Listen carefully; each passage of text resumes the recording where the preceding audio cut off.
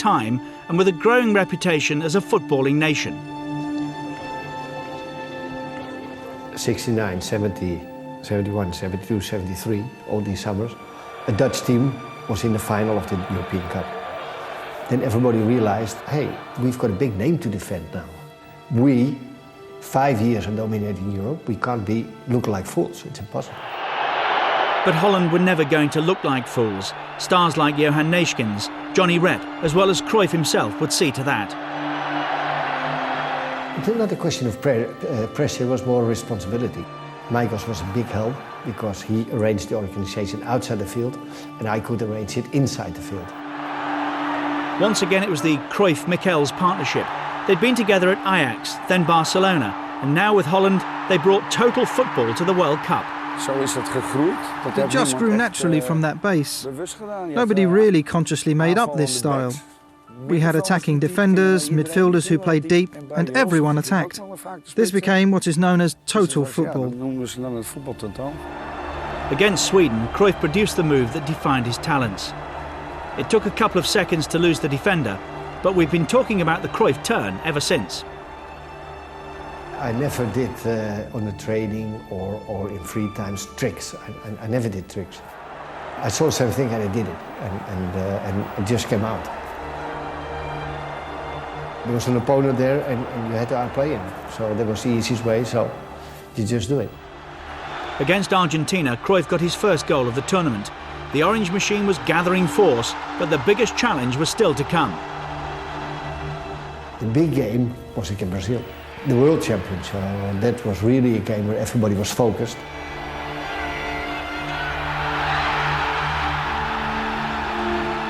We didn't only outplay the Brazilians, but we outplayed them with the best football.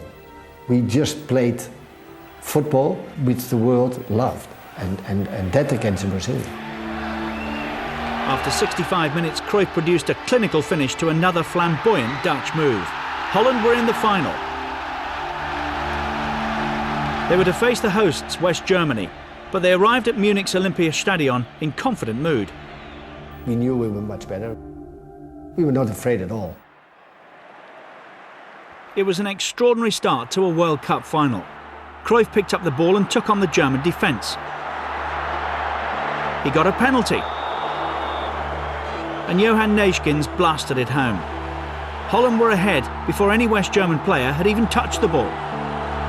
We knew they were Germans. Germans is always difficult. It's one of their qualities, their mentality, and they will go until the end.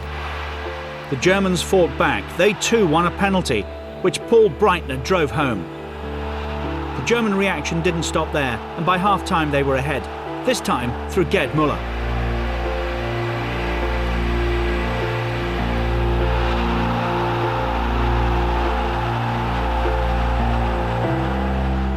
I think we played a little too confident, and we missed such a lot of chances. So we played quite well, but the details were not there. And you saw it in too many small, different details. And one of the things were scoring the goals. So Cruyff and his Dutch team that had captured the imagination of so many finished as the losing finalists. We really had a great time there. It was just a shame we didn't win the final. We kind of forgot we had to win, which was a shame. Yeah, but like I said, maybe we were too confident. Yeah, it's a good expression. That's very good. He may have been on the losing side, but that team made a lasting impression on Dutch football. Cruyff and his side of 1974 were the inspiration for the generations that followed. It started with Cruyff, and yeah, he's like the godfather of Dutch football. When I was 10 or 9 or 11, playing on the streets, watching television, I saw Van Hanegem, I saw Jansen or Krol or Neeskens or Cruyff. And for me, that's the great Dutch generation. He inspired us a lot, all the youth of Holland, and I think we all young boys wanted to play like him. Feeling increasingly pressurised by international football, Cruyff decided that would be his last World Cup. There was also an attempt to kidnap his family. I made the decision to stop in '78. And not I didn't mention it a month before or 2 months before. I said already 4 or 5 years before. I didn't go to the world champion in '78 too because we had a problem at home. People who made an attack on us. So I said, hey, I'm in the wrong time. Too many crazy people. Let's calm down. In 1974, Cruyff was named the European Player of the Year for a 3rd time as he continued as Barcelona's star. For many, he's the most influential player the club has ever had. Johan revolutionised the city and the country. He transformed Barcelona and Catalonia because during his time here, he turned football into an art form. Johan was innovative and a breath of fresh air. It was an extraordinary feeling, and he touched a lot of people. After 5 years at Barcelona, 48 goals and 143 appearances, Cruyff retired from football for a short time, but he wasn't away for long. I went to the United States. It was a great experience. I learned there a lot of things, especially in managing and all these sort of things. Watch now as Johan Cruyff demonstrates both grace and poise and explosiveness. This poise and explosiveness from perhaps the greatest player active in the sport of soccer today. He cuts between defenders, goes to his left, and left foots the goal into the back of the net. Certainly did. Thank you, Johan Cruyff and Chris Dangerfield. 5 of the 7 goals tonight, and good luck to you in the playoffs. Thanks very much. Okay, back to you, Tom. After spells with the Los Angeles Aztecs and the Washington Diplomats, Cruyff felt the time was right to head home. And he made a spectacular return for Ajax against Haarlem.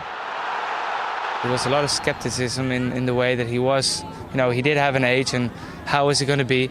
And I think even the first half he did some, you know, he just made an unbelievable goal. And I think that was probably one of the moments where I was most proud of all, you know, because your classmates and everybody, you know, how is your father going to play? And when he put up that show, you know, it was for me an incredible moment. There were more incredible moments to come, including the famous pass from a penalty. He scored 14 goals in 36 games in his second Ajax spell. But perhaps the biggest surprise of all was when he put on the shirt of rivals Feyenoord and actually scored against his former team. Then as head coach back at Ajax, he won the European Cup Winners' Cup in 1987 with a goal from his protégé, Marco van Basten. And when he took the job as head coach at Barcelona, Cruyff's career had come full circle. It took some time, work and to be strong inside to achieve what we wanted to achieve.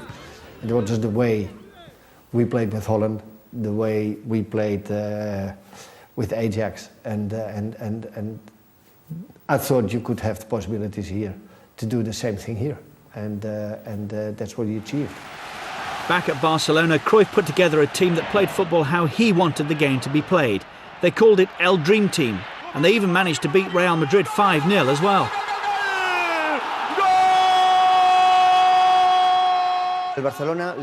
Barcelona gave Cruyff the opportunity to put his footballing philosophy into practice. And there you had the example in the famous Dream Team that won consecutive titles. So Johan and the club's ideas became inseparable. They were synonymous with each other. But perhaps Cruyff's finest achievement in all the years he's been associated with Barcelona was to win the European Cup in 1992. Ronald Koeman scored in a 1-0 win against Sampdoria at Wembley. It was a club which almost 100 years existed, never won it. And now you didn't only win it, but the way you won it. They don't talk about you, no, you won the game. No, we enjoy watching. And enjoy watching the games from Barcelona is much more important than only winning. Even now his life still revolves around sport. The Johan Cruyff Institute for Sport Studies has centres around the world helping athletes build their future careers. And the Cruyff Foundation helps kids who didn't have the chance to excel at sport. I was very happy myself, the things you achieved. But if you see these kids and you see just don't see their handicap, but just watching their eyes, it's something so nice, so beautiful. I think I'm very fortunate that I can do something for these children.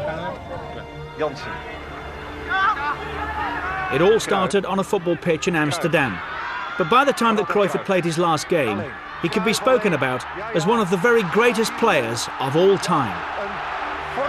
titeldoelpunt opnieuw van Johan Cruyff. I think he's one of those, the legends whose name is always going to be spoken about with the Pelés, the Maradonas. The rest of us, we're just mortals, we come and we go.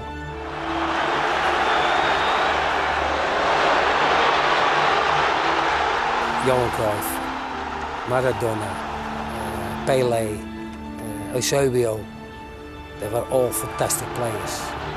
But Johan was the greatest.